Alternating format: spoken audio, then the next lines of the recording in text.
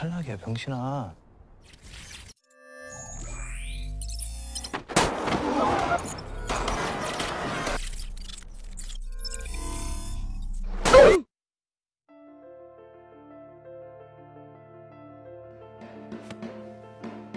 였다.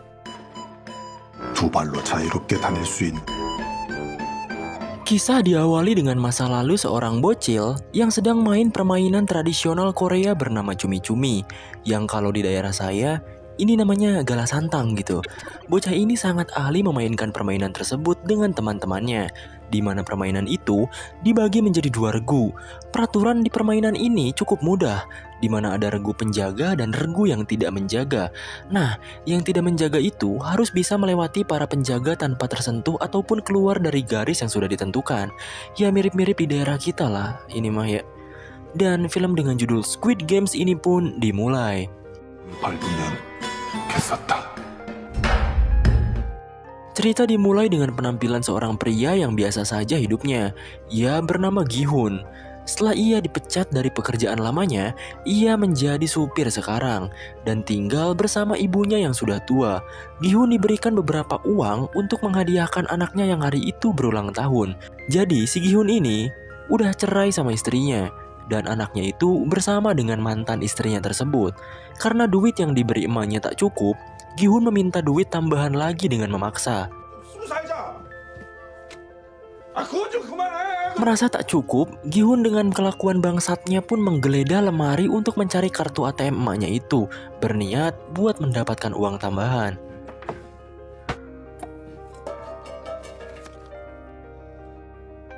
Gi-hun akhirnya pergi ke ATM dan berusaha memasukkan sandinya. Sayangnya beberapa kali ia mencoba dengan tanggal lahirnya malah salah total gitu.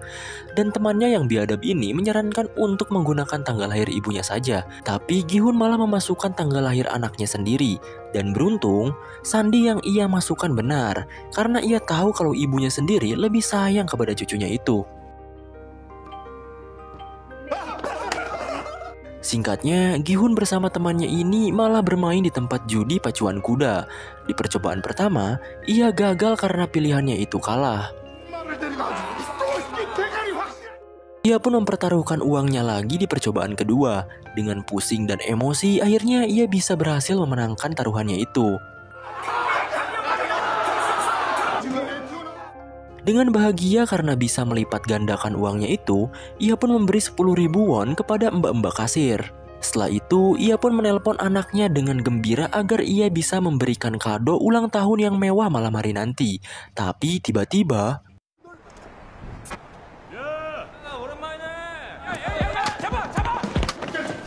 Gi-hun malah bertemu rentenir dan ia kabur terkentut-kentut. Saat ia berlari, ia malah menabrak seorang cewek. Dan akhirnya, ia pun tertangkap oleh rentenir itu. Gi-hun akhirnya dipukuli dan ditagih hutangnya itu. Akhirnya uang yang ia hasilkan dari judi untuk anaknya itu sebesar 4 juta won ia berikan kepada mereka. Tapi setelah ia cek sakunya, uangnya telah terjatuh saat ia menabrak si cewek tadi. Dan akhirnya ia dipukuli sampai termehek-mehek. Si rentenir ini gak mau pusing gitu. Ia memberikan lembaran kertas yang isinya surat perjanjian penyerahan organ atas ganti uang yang ia tak bisa bayar. Terpaksa, ia akhirnya memberikan sidik jarinya. Bahkan parahnya, ia cap perjanjian itu bukan dengan tinta, melainkan dengan darah dari hidungnya yang mengalir. Akhirnya, ia pun balik lagi ke kasir judi itu. Ia meminta 10.000 won yang ia berikan tadi. Sat, emang ngasih kok diminta lagi gitu. Akhirnya, dengan uang sisanya itu, ia memainkan mesin capit boneka untuk hadiah anaknya. Tapi lagi-lagi, ia sama sekali tak beruntung. Beruntung saja, ada seorang bocil pro player yang membantunya untuk mendapatkan hadiah di mesin itu. Dan Gi-hun cukup bahagia memenangkan hadiahnya. Singkatnya, Gi-hun bertemu dengan anaknya. Ia memberikan hadiah mystery box itu dengan sepenuh hati. Tapi saat dibuka, Ternyata isinya adalah bedil pemantik api. Karena tak mau mengecewakan anaknya, ia pun berjanji kepadanya bahwa tahun depan Gi-hun akan memberikan hadiah yang spesial. Dan akhirnya, ia pun mengantarkan anaknya itu ke mantan istrinya yang cukup sinis kepada Gi-hun. Saat mau balik ke rumah, Gi-hun malah ketinggalan kereta. Alhasil, ia merenungkan nasib hidupnya yang penuh dengan kesulitan. Seorang pria yang tak dikenal pun datang.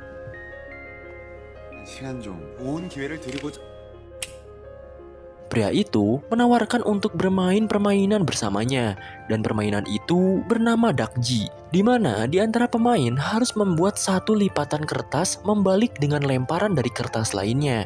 Perjanjiannya, jika Gi-hun berhasil membalikan kertas itu, maka pria ini akan memberikan 100.000 won. Akhirnya, ia pun tertarik untuk bermain. Permainan pun dimulai. Gi-hun mencoba membanting kertas itu dengan kuat, tapi lagi-lagi ia gagal. Di permainan pertama ini, Gi-hun gagal memenangkannya, dan pria itu menagih hasil dari kemenangannya. Setelah menggampar Gi-hun, pria itu pun bilang tamparan itu sebagai ganti dari 100.000 yang harusnya Gi-hun bayar. Akhirnya, Gi-hun mencoba terus permainannya walaupun ia mendapatkan puluhan kali tamparan.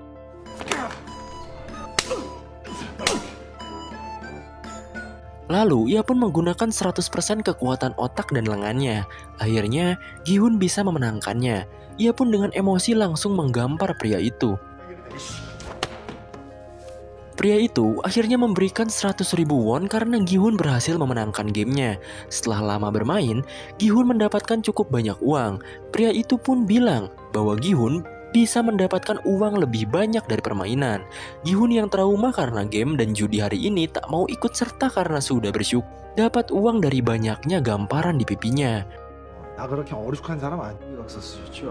Pria itu pun berdiri dan menjelaskan identitas Gi-hun, mulai dari nama lengkap, umur, riwayat pekerjaan, anak, bahkan hutang kepada rentenir sebesar 160 juta won, dan pinjaman ke bank sebesar 255 juta won yang ia sebutkan. Dengan kaget dan penasaran, Gi-hun malah diberikan nomor oleh pria itu, dan pria itu pun meninggalkannya. Dengan bahagia, ia pun membeli makanan. Dan ia tak lupa memberikan ikan kepada kucing kelaparan. Bahkan ia juga memberikan cukup banyak uang kepada ibunya. Ibunya pun berbicara serius dengan Gi-hun bahwa mantan istri dan suami barunya beserta anaknya akan pindah ke Amerika. Ia pun langsung berhenti makan dan mengingat janji dengan anaknya. Ia dipepetahi oleh ibunya untuk mengambil hak asuh anaknya itu. Ia pun meratapi perkataan ibunya itu dan berniat mencari cara lain. Ia pun akhirnya berinisiatif nelpon nomor yang pria tadi berikan dan langsung join buat ikut ke permainan untuk mendapatkan lebih banyak uang. Setelah jemputan di malam hari datang, Gi-hun pun masuk ke dalam mobil itu. Di sana banyak peserta lain yang sedang tertidur. Tak lama kemudian, keluarlah asap yang membuat Gi-hun tertidur. Setelah bangun, tiba-tiba saja ia ada di suatu ruangan dengan kostum yang sudah diganti. Terlihat banyak orang di ruangan sana. Mereka bangun karena musik klasik yang terdengar sangat keras.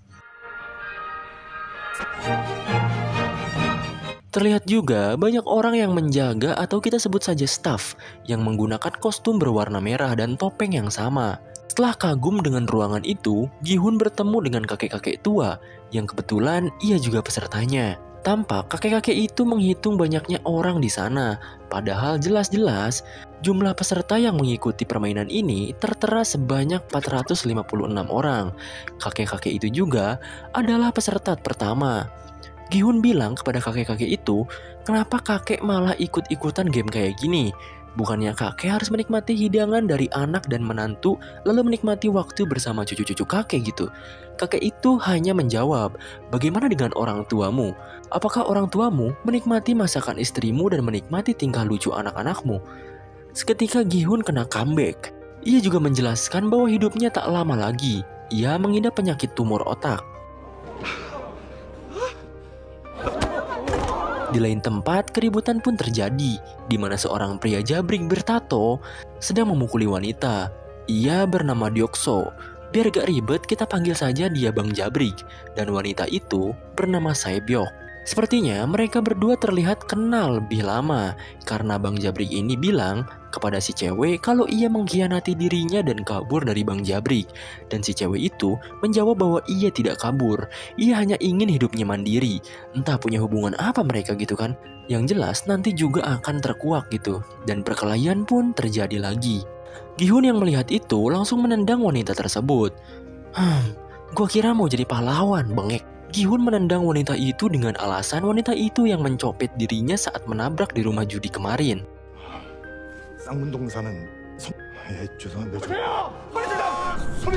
Bang Jabrik pun bertanya hal serupa, dan saat hendak ribut dengan Gi-hun, tiba-tiba saja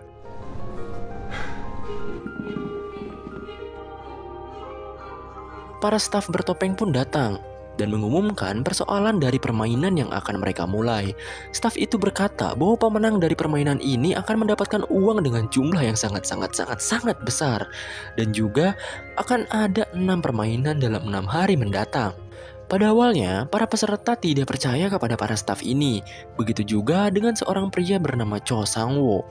Lalu, staf itu pun memberikan tayangan-tayangan video ketika para peserta ditawari bermain game dakji dengan hadiah 100.000 won setiap kemenangan. Begitu juga dengan Sang-wo yang terlilit hutang karena investasi jangka panjangnya gagal. Ia juga menggelapkan dana dan memiliki kerugian sebesar 650 juta won. Hal tersebut menjelaskan bahwa semua peserta di sini adalah orang-orang yang berada di ujung tanduk dengan utang yang tak terbayarkan. Lalu para peserta sendirilah yang memutuskan untuk mengikuti permainan ini tanpa paksaan. Staf pun memberikan pilihan terakhir. Para peserta boleh kembali dan menjalani kehidupan lama atau mengikuti permainan ini. Lalu permainan selama 6 hari ke depan pun akan dirahasiakan demi keadilan permainan. Ada seorang pria juga bertanya berapa jumlah uang jika mereka menang.